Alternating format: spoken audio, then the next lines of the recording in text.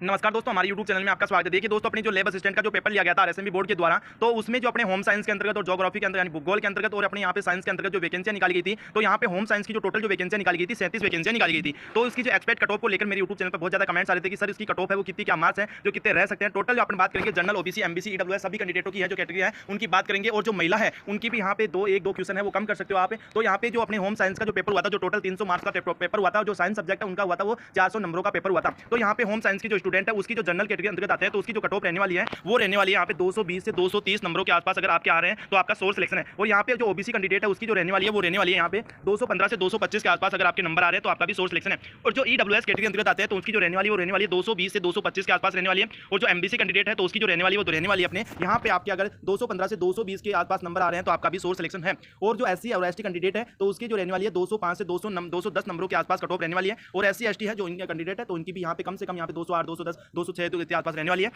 और यहाँ पे भूगोल के अंतर्गत बात की जाए,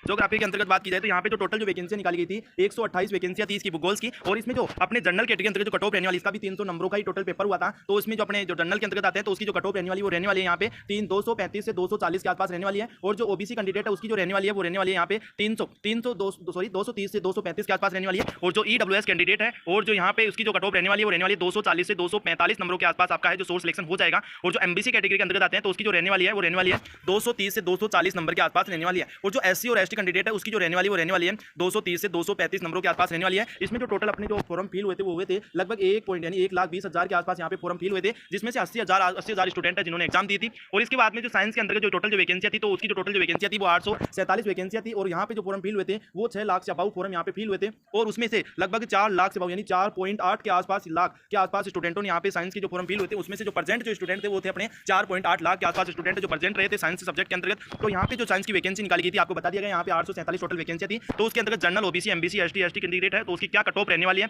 तो जो जनरल कैटेगरी अंतर्गत आते हैं तो उसकी जो रहने वाली है वो रहने वाली है 305 से 315 के अंतर्गत आपके नंबर आ रहे हैं तो आपका सोर्स सिलेक्शन है 400 में से।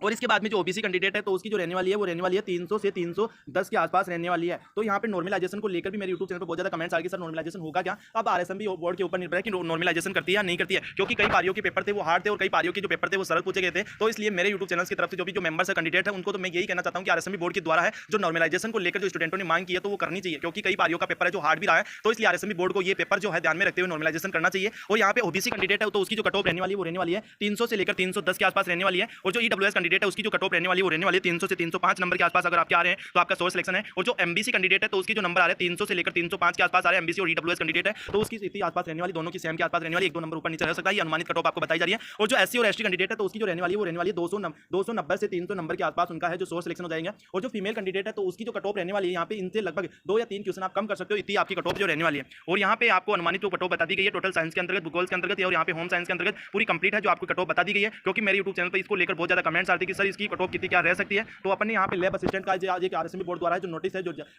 जारी किया गया है, वो जो नोटिस जारी किया गया था, अगर आपने उसका वीडियो नहीं देखा तो डिस्क्रिप्शन में जाकर आप उसका वीडियो देख सकते हो। वो वीडियो जो अपने जो आरएसएमबी बोर्ड द्वारा जो नोटिस निकाला गया है, तो अगर आपने जो फॉर्म फिल की थी, आपने जो फॉर्म अप्लाई किया था तो उसमें अगर आपके नाम पते में अगर कोई त्रुटि है तो उसमें आप संशोधन नहीं कर सकते हो। अगर आपके किसी भी कैटेगरी, अगर आपके कैटेगरी बाई कैटेगरी जैसे आप सामान्य वर्ग के अंतर्गत आते हो तो किसी भी कैटेगरी में अगर आप आते हो तो उसमें आप चेंज कर सकते हो। और भी कोई भी आपको कोई भी नोटिस है जो आप फट लेना, क्योंकि डिस्क्रिप्शन में जाकर मेरा नोटिस है वो दिया गया है तो आप देख सकते हो। आरएसएमबी बोर्ड के द्वारा आज अपडेट दी गई है और उसको अगर आप संशोधित करवाना चाहते हो तो उसकी जो शुल्क रखी गई है वो 300 रुपये रखी गई है। ओके दोस्तों, इसी चैनल के माध्यम से आरएसएमबी बोर्ड द्वारा कोई भी लैब असिस्टेंट की छोटी सी छोटी अपडेट होगी तो उसकी आपको जानकारी दे दी जाएगी। थैंक यू दोस्तों।